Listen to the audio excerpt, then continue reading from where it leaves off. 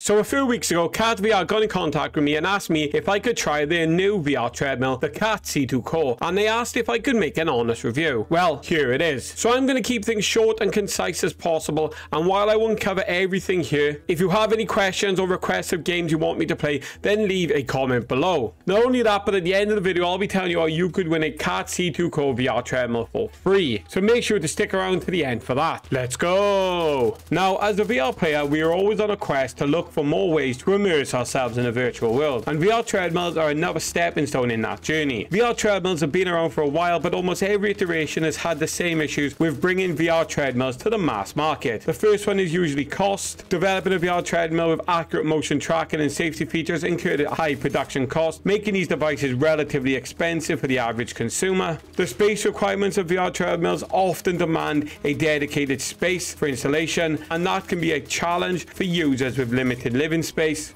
And then content compatibility. Now, integrating VR treadmills with existing VR games and experience is a complex task. Many titles were designed with traditional VR controllers in mind, and adapting them for a treadmill usually requires significant development effort. But Cat VR's latest treadmill, the Cat C2 Core, is one step closer to addressing some of these issues by making the treadmill smaller and easier to ship, and therefore cheaper for the consumer. So I'm going to keep it simple today, and I'm going to go through some of the advantages and disadvantages as I experience them after having used this treadmill for a few weeks. So first then is the advantages. Now, it is smaller than I had anticipated. Now, I expected it to take up a lot more room than it did. Now, my office is quite small, so I was pleasantly surprised not just by a small size, but the quality of the overall build feels very sturdy, and there is nothing flimsy and seems like it could break easy, which is a definite positive. And even though I fell a couple of times, it didn't lead to any long or short-term problems. Another one then is there are loads of instructions on how to set everything up. All the tools come with it, and there are loads of how-to videos you can watch if stuck. Also, Cat VR support is always there to help, and there are loads of accessories in the box to make the experience easier. Like, for example, a basic VR pulley system if you're going to play using PC VR. This one's going to be my personal favorite. Next, I want to comment on the shoes now. I mean, look how sexy these shoes are. They also don't come with laces, but these easy straps, and the amount of space your feet get is absolutely amazing. I don't just want these for VR, I want these for the real world. Please make a real one of these, Cat VR.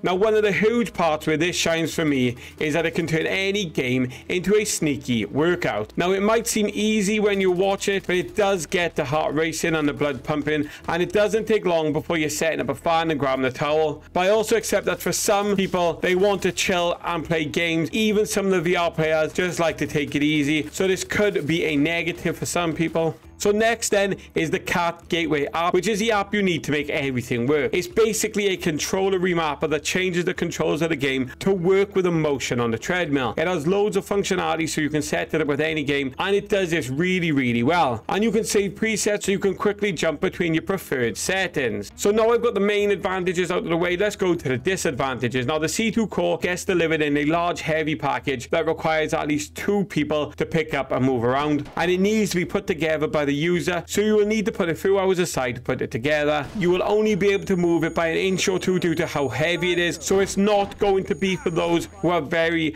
limited space. Next then is the learning curve can be quite difficult to navigate. Now, I found it quite easy, but those not as technically minded as myself might be put off by this. You have to really learn to walk, run, and dodge in the correct way, while also managing the workflow of setting up the games. This can be frustrating at times when you have issues with Steam VR or Oculus that require you to unstrap the harness and head over to your PC, but this isn't necessarily Cat VR's problem. Now, this is something that didn't really cross my mind when it came to testing this also, so it was quite a surprise, and that is just how noisy it is.